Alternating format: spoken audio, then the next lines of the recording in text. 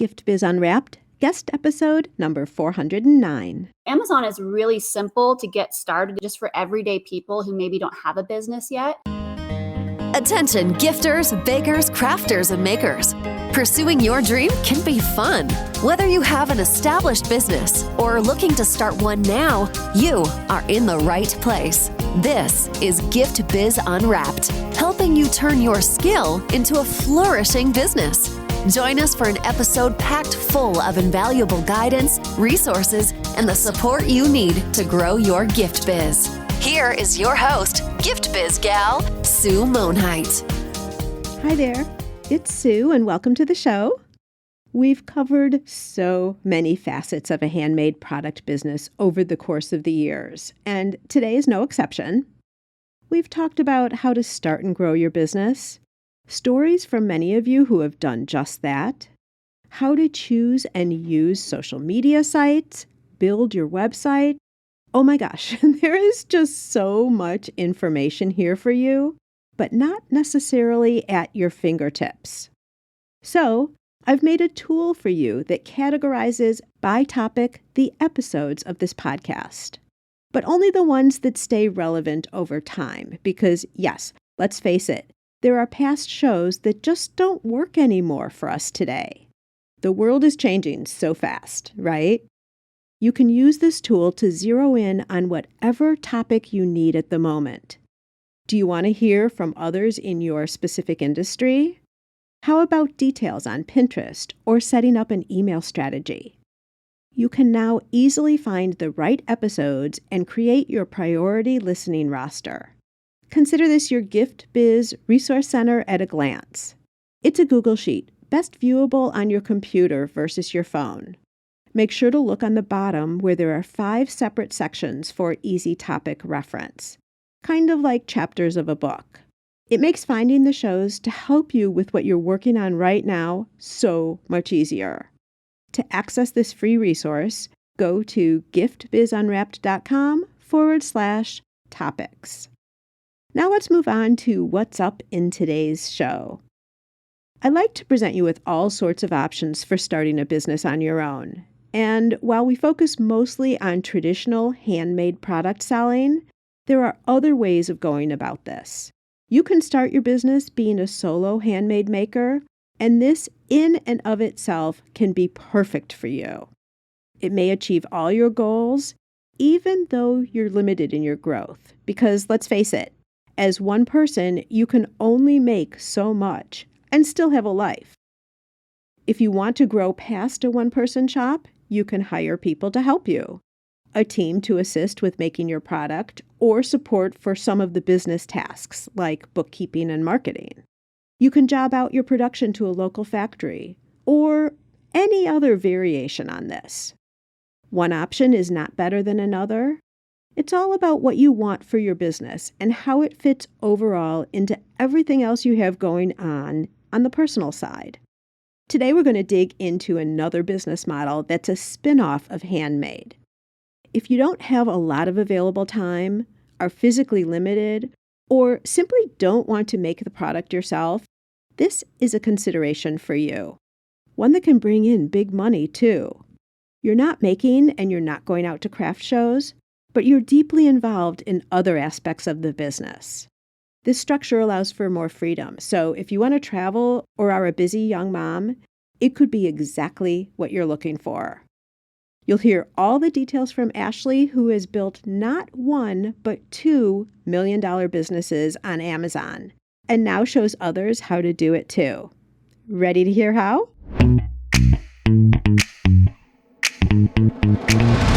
Today, I'm excited to introduce you to Ashley Kinkead of Private Label Mastery. Ashley is one of the premier and rare women in the Amazon seller and e-commerce space. She's personally sold over 2 million on Amazon.com, and no other woman has worked with more 6, 7, or 8-figure Amazon sellers than Ashley. She took the earnings from her Amazon bath bomb business to found Private Label Mastery in 2017. Her unique Photon method helps Amazon sellers launch their products fast and profitably, catch this, in 60 days or less. Ashley also is the host of the podcast Private Label Mastery and the author of $1 Million Ecom Secrets. Ashley, welcome to the Gift Biz Unwrapped podcast. I am so excited to be here, Sue. Thank you for your time today. I am curious about the conversation we're going to get into, so totally equally excited. But as I shared with you initially, I like to start off my shows in a little bit of a different way, and that is to get a peek into the inner Ashley through a motivational candle. So if you were to describe a candle that really would resonate with you, what does it look like by a color and a quote? I would say the quote would be unapologetically ambitious. That is actually one of our core values at my company, and it just really resonates with me. So I think any entrepreneur should want to have that candle, right? So I would say it's maybe really fragrant, maybe gardenia. Like I love floral candles. That would just kind of be the feminine side of me, and then the ambitious side of me too. So that's a really fun question, Sue. Well, so I'm curious, why do you say unapologetically? I think that's a great question. I think sometimes women in our space, in e-commerce, can kind of apologize or not even see what's possible for them. And so as a female founder and a female business owner, I try not to apologize for things that I want business-wise or success-wise or growth-wise. So I think it's really important when you have those kind of goals and you are that ambitious in a company that you don't apologize for it, especially when you're out there like I am on podcasts. So that's one of my goals this year is to, share my ambitions and also just be unapologetic about it. Well, you speak very confidently and bold and proud, just like you're talking about. So your actions are already demonstrating that. I think makers, I know this to be true because I talk to a lot of them, are bashful about their business because they've heard people around them say, oh, that's just a small little sideline business, or, oh, look, you're doing your cute business, right? Mhm. And that then feeds people into being bashful about their business, if you will. Did you ever have that? And how did you overcome it? Or what could you speak to with that? Absolutely. I think that's such a great question. And we have so many students who say the same thing, when they're starting up a little business. It isn't taken seriously by friends and family. They can't see it. You're working on your computer, maybe after hours. It may not seem legitimate to people who aren't in it with you. So I definitely experienced that myself. Actually, my family didn't even really know about my Amazon bath bombs business for a couple of years. I just kind of kept it to myself. I didn't really want the shunning, the judgment, the questions. I just found it easier to kind of stay within my Amazon seller community and people who knew what I was doing. But you're right. I think that, until you at least made your first dollar, it doesn't seem legitimate. That's why I think so many people give up, Sue. They think that they can't continue. I think that's why it's so important to have either a mentor or some kind of community of people who get you, support what it is that you're doing if you don't have the support of your family. Absolutely. And, I often tell people, just keep going. Don't pay attention to them. Have the support, but you don't necessarily have to wait like you did. And share with them when you're successful, like having done it in the background. But it is one way to do it. And you're one of the first people that I've talked to who's really made a huge success while still shielding a little, like keeping a little bit of a wall between. So I guess you could say you could do it both ways. But now this brings up a question that I have to ask you. Mm-hmm. We want to get into all of Amazon, but share a little bit about bath bombs, how you started and how that whole business developed.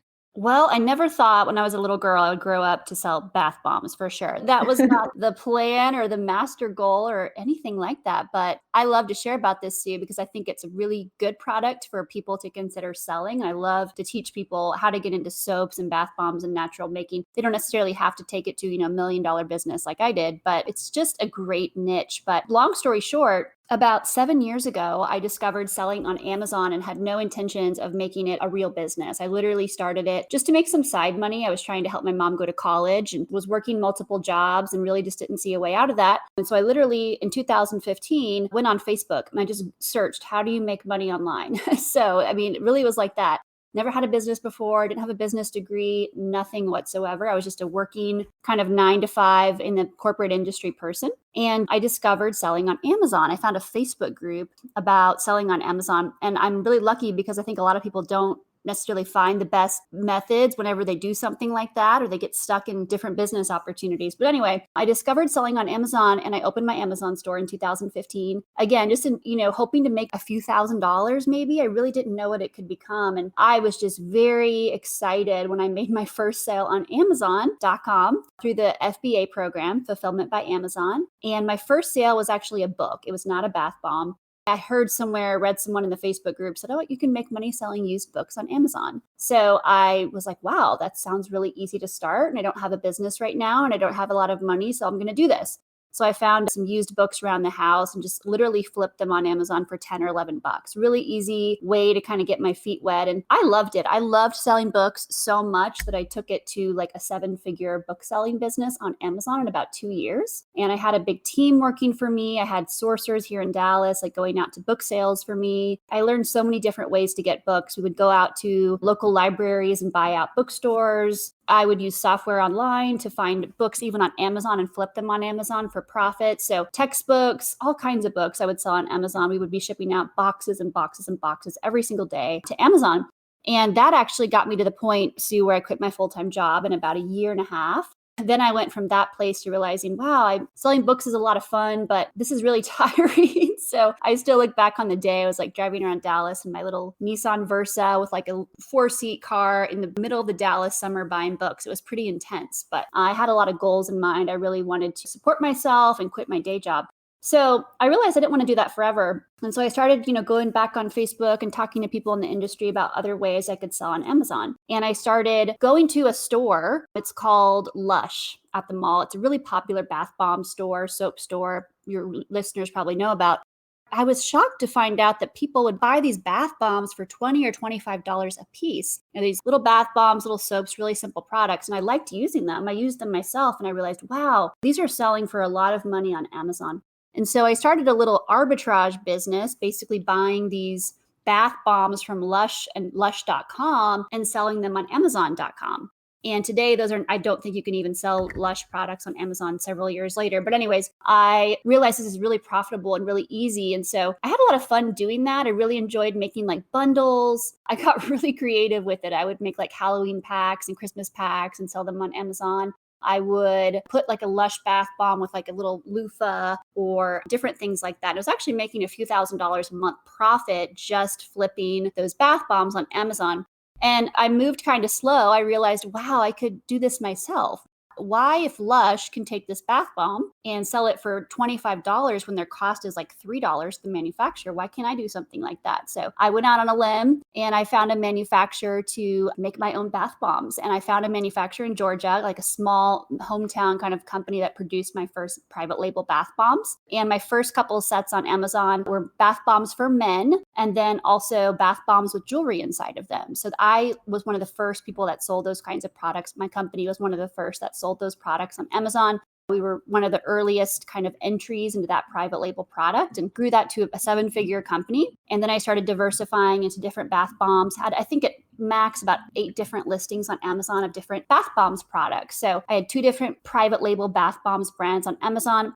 I eventually exited those brands. It became a lot of work for me to manage. And I took those funds and I founded Private Label Mastery 5 years ago. And we've now helped thousands and thousands of people sell on Amazon too, and to do private label products. So it's been a really fun journey, but it all went back to a bath bomb and just kind of taking a chance. And I like to help people. We've helped a lot of people get into the bath bombs and soap making niche. Typically, we don't recommend doing it the way I just described, Sue. There's a more legitimate way to find manufacturers and suppliers and things like that. But that's how I got into bath bombs. I love when I'm talking with someone who's had the experience in what they're teaching now. And you've done it in several ways, books and then bath bombs. Couple of questions for you. Why Amazon.com instead of Amazon Handmade? Or was that not even available at the time? It wasn't even available at the time, and I really didn't know a lot about Amazon Handmade. Typically today, we don't do a lot of Amazon Handmade, given that my products weren't handmade. They were manufactured by a supplier. So we just list them under the regular Amazon.com. They would get a lot more traffic. They get a lot more search velocity and things like that listed under the main Amazon hand page. But I do believe I listed a few products under Amazon Handmade, but there isn't really a particular reason either way. I have known some sellers who are very successful with the handmade niche. It just requires, to my knowledge, quite a bit more approval, getting into the category and things like that. Mm-hmm. It does change how your products are indexed. So generally we do advise people with bath bombs to sell under Amazon.com, but handmade is definitely an option for some people too. Okay. So I'd say 75% of my audience are handmade creators. So they're making their own products. They might have a team behind them, but they're doing it all on site in a local production facility, et cetera. Wow. But then we have our other portion who are continuing to grow and see it becomes unmanageable for them to do it, or they don't want to control a team and they go and they outsource production. So that will be helpful as we continue having the conversation moving forward, I think. But I do have another question for you right here. And that is, you were already experienced with Amazon. When you started your bath bombs, did you ever start thinking, well, what about some of these other platforms, Etsy or something else? Or talk to me a little bit about that. Absolutely. Actually, one of the first private label products I manufactured, again, I didn't hand make it myself, was going through an Etsy vendor. I found an Etsy vendor who was the handmade seller. They made the bath bombs with the jewelry inside of them. And then I would purchase those at scale from that supplier, that handmade maker on Etsy, repackage them, white labeled them, and then I sold them on Amazon. So that's a great opportunity for your listeners to think about, is those opportunities to maybe partner with an Amazon seller. Amazon sellers maybe don't necessarily want to hand make something, but they see the opportunity to sell it on Amazon, partner a private label with that handmade seller. So Etsy's great. Etsy's amazing. It is such a great platform to build a following and sell something that's truly unique. I personally have never sold on Etsy, but like I said, I have partnered with a seller that I found on Etsy, and we worked together for over a year and a half. And this is on my bath bombs with jewelry. We put necklaces and different things, created a whole brand out of it called Blasique. But then my desire wasn't to sell on Etsy. I like FBA because they can just ship and fulfill everything for me at scale. But that's just a great thing for your listeners to think about. Well, and I'm also thinking that if someone is a handmade creator and they want to keep their brand unique to themselves, you can still do that while supplying somebody else on Amazon, as you're talking about white labeling. So you're not limited in that way either. And maybe there are some things that you just offer that are yours exclusively under your brand. But then you can also have the Amazon play as well. I mean, Ashley, we talk a lot here about multiple streams of income. So Amazon could be one, Etsy could be one. Absolutely. Local craft shows could be one. There are a lot of ways that you can do things. Yeah. Yeah. So as we start off, I'm really, really excited to get into the photon system. I'm really excited about that. But what would you say are the biggest advantages of using Amazon versus others? What's the difference and what are the advantages? I would say if you aren't a creative person, if you're just someone who wants to get your feet wet with e-commerce, maybe you don't have an idea, Amazon's 9 out of 10 times the easiest place for someone to start. If you're just wanting to make, like I was, make money with e-commerce, you don't even know what product to sell, Amazon provides that data. Etsy doesn't provide that data in as much extent to sellers. So you can literally just open an Amazon FBA account, set up a simple system like Jungle Scout or Helium 10, which I use, and then Amazon will literally feed you the products that are selling and you just kind of plug in the dots and sell that product. So Amazon is really simple to get started just for everyday people who maybe don't have a business yet. Now, if you already have a successful handmade store on Etsy, I really encourage you to just take that to the moon. I know some really successful Etsy sellers who have done really well with that platform. To me, it's harder to get started if you're just kind of starting from square zero. But Amazon, I love Amazon because I like to travel. I don't like to package my products or do anything like that. I've always spent about 12 hours a week on my Amazon business, even when it was making, over 6 figures a month. And that was with really no employees once the time I scaled my private label brand. So that to me was the appeal of Amazon. I didn't make as much money, profit as an Etsy seller does, I'm sure, but overall just more of a lifestyle choice, I think. And I think that's typically why most people do sell on Amazon. It is more of a lifestyle scaling type of choice. But I've also heard of Etsy sellers doing really cool things like third-party fulfillment. So I'm certainly not judging an Etsy seller. They probably can do a lot that I don't even know about. But yeah, I'm just trying to ground everybody in terms of what Amazon offers that's different than Etsy. And it sounds like if you are someone who's making a product and you are becoming overwhelmed with production, this may be a time where you can make a switch and have somebody else make it for you. It's still your recipe. It's still your creation, but you have somebody else doing that. To Ashley's point about lifestyle, this could be a great solution. And it sounds like, Ashley, when you're talking about if you don't even know what product it is, start resourcing, finding what product, and then sell it. I think it's more of a commodity play then, right? You're selling the product, you're offering it, you're making it attractive and interesting. And yes, you're going to make more or less margin than you would if it's your handmade product, but you're not hands-on with it anymore. So to your point about lifestyle, so people who have young children who are growing, or you're just getting tired of making all the time, this Mhm. could be something overlay on top of your love of going to local craft shows, but also make more money without your time in. Yeah. So I just want to position that. But let me ask you one more question here. It sounds like, however, for those folks who don't know what product, that you need a level of resourcefulness as a skill. Oh, absolutely. Absolutely. I think that, yes, resourcefulness that, sometimes people come to me, Ashley, and just want the product, just tell me what product to sell. What's a good product to sell? The work and the successes and the ability to find those products, to identify those cool product ideas. At Private Label Mastery, we talk a lot about differentiation. So that's really where our most successful students always are. They're always in the place of differentiating product, meaning I can go tell people, yes, you can go on Amazon right now and start bath bombs with jewelry inside them and probably build a 7-figure business if you just want to copy my product idea. But if you're really thinking in the right way, you'll think about, wow, that's a really cool idea Ashley sold, but I'm going to make it a little bit different. Maybe I'm going to do a bath bomb with a toy inside of it, or organic bath bombs. You just take the idea and run with it, find a little bit of a differentiation opportunity. That's really where the private label opportunity is on Amazon. Got it. Okay. So you find the products that are popular that look like they'd be a good category. Then you see what else is out there, but then you make a twist. You do something special and different and unique, something that you can become known for.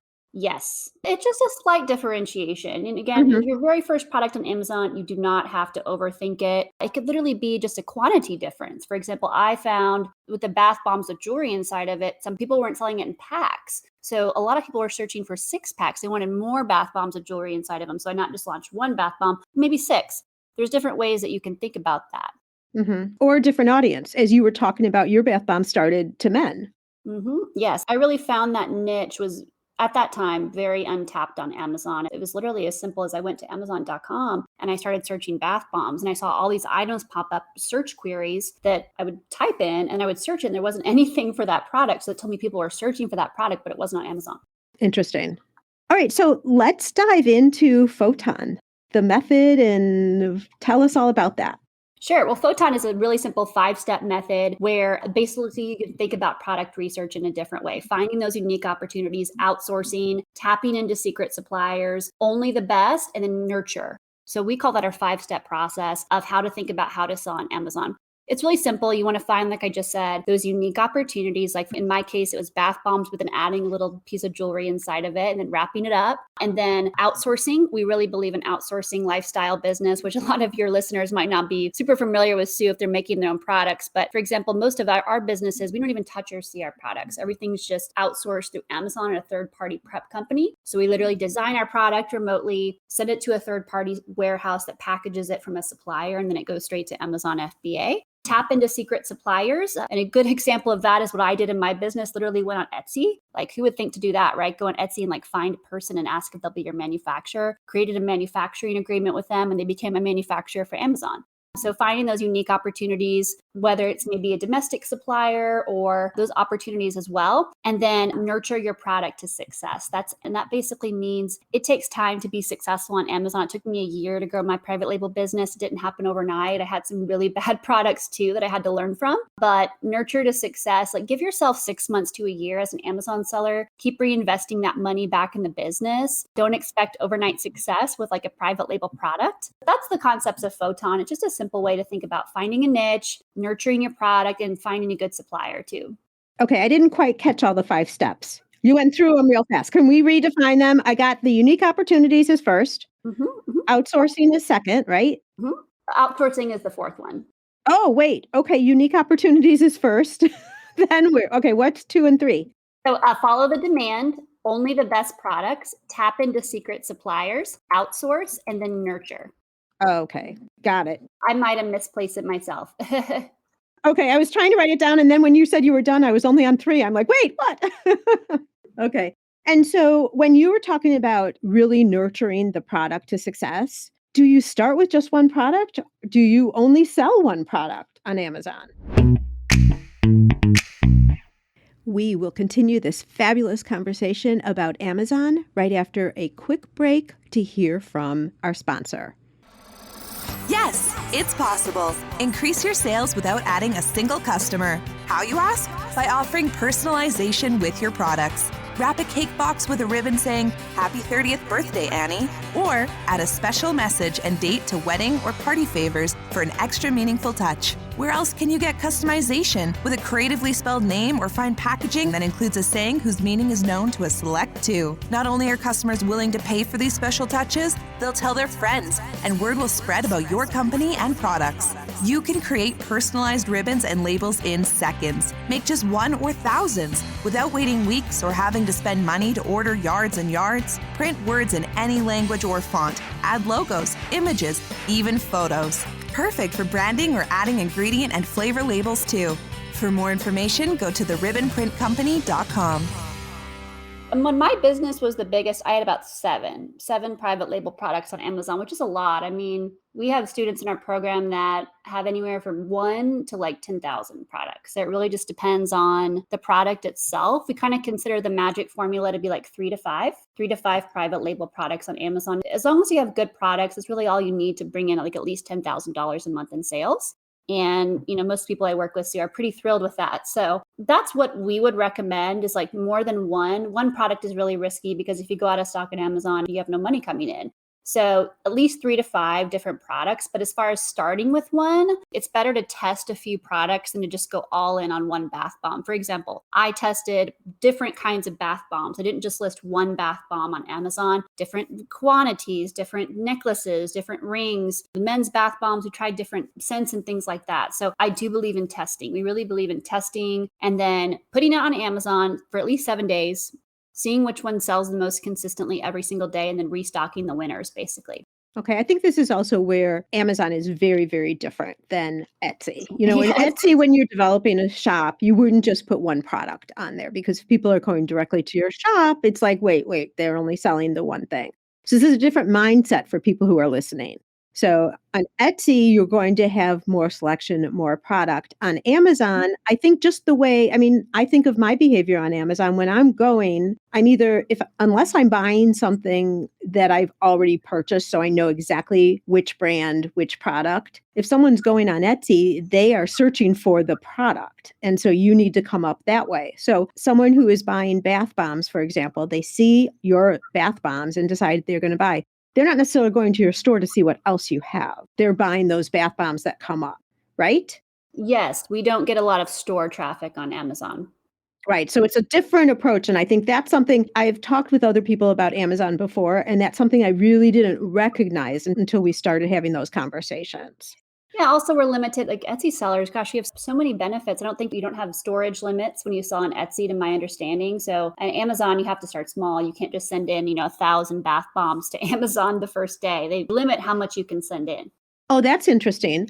Is that to see how much product actually moves so they're not taking up warehouse space? Right. So all the products go into Amazon's warehouses. Amazon obviously doesn't have infinite warehouses. So if you're a new seller, they want to basically make sure you know how to sell items that are actually going to sell. Back in the day, they didn't have those limits, but now they do. It's still pretty high for a new seller, but once you prove that your items sell and you move through your inventory, they increase your limits. Okay, well, that makes sense too. I think that protects the seller too. You're not making so much and then it's just sitting there and not being used. And heaven forbid, if it's something that diminishes in quality over time, like scents or things like that, you don't want them just sitting there for sure. What type of reporting does Amazon give you then of your sales? Because if they're fulfilling, how do you know what's selling? Sure. So you get all kinds of reports from Amazon, from a sell-through rate, inventory levels on a monthly basis. So Amazon actually provides probably a lot more insight than Etsy does. I'm not really familiar. I'm sure Etsy sellers at certain levels get really good reporting too, but Amazon provides extensive reporting. You have to keep a pretty good sell-through rate. I believe it's at least 2 to 3% today, meaning at a monthly basis, like your items have to sell at Amazon. So they provide extensive reporting where you're able to really see like how much of my inventory is selling through every month, what are my best selling SKUs. So Amazon makes it almost dummy proof to not know, what's selling, but that's really the whole game of being an Amazon seller, just being able to manage your inventory and ideally trying to sell through things pretty quickly, keeping the cash flow going in the business. Managing your inventory, but not physically, which is what a lot of people are doing now. Yeah, not physically. We just send it into Amazon and then we manage it through the Amazon seller system and we know how many units are in stock. We are able to directly in Amazon manage that. And what happens if you don't hit the sell-through rates? Do they drop you or what happens there? They force you to destroy the inventory eventually, or you can just pay really high storage rates. We pay storage rates anyway every month at Amazon, basically by square cubic feet. It's like renting a storage unit, literally like how much feet you're taking up on Amazon. And then if your items don't sell in a certain amount of time, you'll start getting the extended storage rates. Like I believe it's over 6 months. If items sell over 6 months, I could be wrong on that today. So that's why your motivation is to sell through stuff faster, sell through your inventory faster. So this is not a type of business structure where you're just going to send the product over and then think you're done. Amazon doesn't do the work for you. You have to do that work. And that's probably part of what you teach, right, Ashley? Yeah, we do teach people. I think that's really the name of the game is managing your inventory well, thinking about it as a real business. Amazon does a lot of the heavy lifting, the storage. They do all the customer service, 90% of it. They do all the fulfillment. So you don't actually have to box and ship your bath bombs to each individual person. That would be really crazy. So we don't really know our customers in that level or talk to them, but we just get to do the fun stuff like product research, making the listings, getting the photos taken, designing everything, the logos. Yeah. Okay. And you bring up a good point that I was going to want to talk with you about. You never have the customer contact information. So in terms of developing an email list or anything like that, that's not part of the system with Amazon, right? It is not. And that is one of the big downsides of being an Amazon seller. I'm not aware if Etsy sellers can do that as well. No, they can't either. Yeah. Yeah. So, I mean, that's why I think it's so smart for people to, well, one, if you have a private label brand, you're welcome to put your website on your products on Amazon. You're absolutely allowed to do that. So most of us, we will direct customers. They can go to the website and we capture their email there when we do that. But Amazon does not have like an internal system where you instantly get a customer's email. No, they're Amazon's customers. Okay. And it's okay if you put your website on your product. Are you able to put any pamphlets or literature in with the packets? You can, and that's always a little bit of a gray area with Amazon. Most private label sellers definitely do direct, you can absolutely direct traffic to your website. Now, if you can't put a little pamphlet in that says like, give me your email now, I really want to contact you, that kind of stuff, it has to be a little bit more indirect with that. But most private label sellers do put a pamphlet, a little insert that has their website. And then at that website, as long as it's externally, you're absolutely allowed to capture emails. And that's how we built our email list with our brand. It's not as effective as just getting it directly. But again, you're not really paying for that traffic. So you don't get those emails quick yourself. Yeah. I'm kind of thinking if I were doing something like this, let's say I was making handmade scarves or something, I'd love to have a pamphlet that shows different ways to tie the scarves. And then, hey, if you have any questions, feel free to reach out to me. So it's not as promotional, but there's still that linkage back to you. Now, granted, how many people are actually going to do that? Maybe 5%. I mean, it's still a small percent, but you still get them. Yeah, we see conversions of 5 to 10%. Like our best campaigns that we've seen with like insert cards, they can gather about 10%. Okay, well, that's good. Yeah.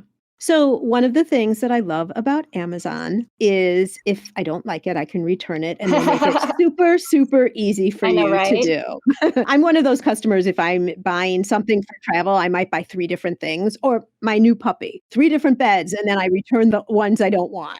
Not nice. I get it. I'm doing that less. But what happens in your situation then with returns? Well, I mean, any Amazon seller will tell you, Sue, we don't like returns. It's like an ugly stepchild we don't like to talk about because they are high. They are high. Amazon makes it super easy to return stuff. And Amazon does side on the side of the buyer. As long as we always tell our students, if it's less than like 5%, you're good. If you have higher than that, you may have a defective product or like a really high return category, which we don't recommend. Like electronics has super high returns on Amazon. Clothing has really high returns on Amazon. Other categories have like super low returns, like office products. So we advise our students to be selective with the kind of products they sell. And then also to just ensure they're not selling something that's like really prone to break or be very defective. Because if you do go over that like 3 to 5% threshold, Amazon does kind of slap you on the wrist. And if it goes on really long term, you might not be able to sell that product anymore. So Amazon handles all the returns. That's what's really great about Amazon. So you as an Amazon seller don't have to actually see anything that comes back at all. It just comes out of your account if they decide to refund the customer, and your goal is just to sell more. Yeah. I mean, I remember Amazon used to approach me at shows all the time wanting to sell my product. Mine is a high price product and the thing, $1,000, $1,500 product. Oh, wow.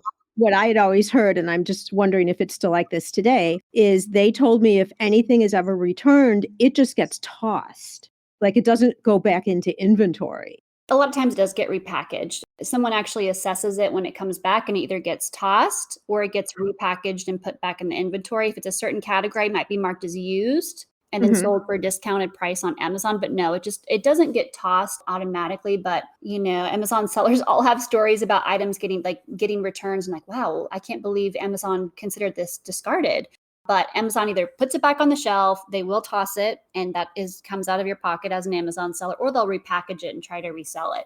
Okay. But, honestly, there's pros and cons with every platform, even your own, even when you're doing it just yourself. So these are just things to know.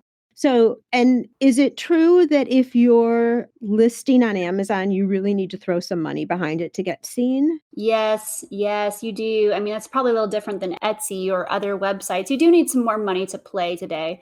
When I started in 2017, I think I started private label with like $500. So that's not going to be doable for someone that wants to launch bath bombs today. It's very competitive. You need more like $5,000 to go out there and get some good stuff together. So we generally recommend, Sue, like if you want to start your own natural brand on Amazon, to have at least $5,000 to $10,000 just to play around with to really get a good test on Amazon. So it does involve some funds. You don't have to have that much, but it just will take you more time to get results. Well, and that makes sense. I think we've all gotten a little bit spoiled when social media first came out and you put things on Facebook and you didn't have to pay a thing and everybody who followed you saw your products. And now we know that it's maybe 1 or 3% if you post. We'll even see it if you're lucky. But before that, if you were going into business, you were doing ads, you were doing radio spots, you were going into your local newspaper. So you have to be in that mindset if you want to get exposure and get people to see you. So I just don't want people to be like shocked with the dollars numbers you're throwing out, because remember, that's just also not money that's being wasted. That's money to create sales with money coming back to you. So it just doesn't go out and not come back. Yeah, I mean, we start pay-per-click with as little as $10 a day. We see products that's all they need to get clicks on Amazon. So it's not like you need $1,000 to start advertising on Amazon. You can literally start with $5 or $10 a day. Perfect. I love hearing that. That's good. That's wonderful. All right. Share with us a little bit about your book and your podcast, where people can learn more if they're interested.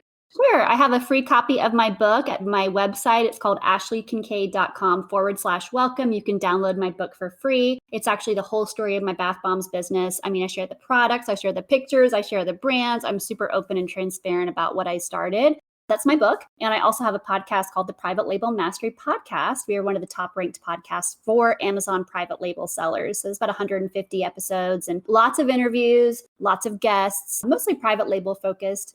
So people who want to learn what I just talked about, like making your own private label brand on Amazon.com, that's really what we focus on. You go to iTunes, Spotify, just search the Private Label Mastery Podcast, and we are up there. Perfect. Wonderful. And for someone who has now been intrigued by our conversation, what would you say to them about, your optimism of the future of Amazon as a platform and as a new creator going on to that platform? Well, gosh, I am super excited for anyone who wants to get started on Amazon today. I mean, the next 10 years if you think e-commerce is big now, believe it or not, most people still don't even shop on Amazon, according to Amazon's own report. So there is so much opportunity to create something new. We see people in our program doing it every single day, like products that aren't even on Amazon, and they're bringing new items to Amazon. So there's a lot of opportunity. You just got to work a little bit harder than everyone else. Maybe think of a little bit of a different idea, like I talked about with my bath bombs, and you'll do really, really well. And like I said, stick with it. Get some kind of mentoring. It could be with me or with somebody else. Just get some kind of help to get started on Amazon, but stick with it and just be persistent. Wonderful. Thank you so much, Ashley. I really appreciate you coming on and sharing all this goodness about Amazon, some of it that I didn't even know. I've learned here today as well. Appreciate you being on the show. Thank you, Sue. Have we got you thinking about Amazon in a different way? Maybe you'd even want to consider a combination of your current handmade business with an Amazon option. Remember, you're in control and steer your business in whichever way you like. One thing Ashley emphasizes several times that I'd like to underscore is the concept of making your product different in some way. If you've been with me for a while, you recognize this as your unique special power concept. You can achieve this with traditional handmade products or with an Amazon.com model as discussed in this show. Seriously, I want you to think about it. And if you're enjoying the podcast and would like to show support, a rating and review is always fabulous because it helps get the show seen by more makers. It's a great way to pay it forward. And there's another way where you can get something tangible in return for your support too. Visit my merch shop for a wide variety of inspirational items like mugs, journals, water bottles, and more featuring logos, images, and quotes to inspire you throughout your day. Makes a great gift too. And we've just added some new products for the season to the shop. Turnaround is quick and the quality is top-notch. Nothing but the best for you. Take a look at all the options at giftbizunwrapped.com/shop. All proceeds from these purchases helps go to offset the cost of producing the show. And now, be safe and well, and I'll see you again next time on the Gift Biz Unwrapped podcast. I want to make sure you're familiar with my free Facebook group called Gift Biz Breeze. It's a place where we all gather and are a community to support each other. I've got a really fun post in there that's my favorite of the week, I have to say, where I invite all of you to share what you're doing, to show pictures of your product, to show what you're working on for the week, to get reaction from other people, and just for fun because we all get to see the wonderful products that everybody in the community is making. My favorite post every single week, without doubt. Wait, what? Aren't you part of the group already? If not, make sure to jump over to Facebook and search for the group Gift Biz Breeze. Don't delay. Come join us in Gift Biz Breeze today.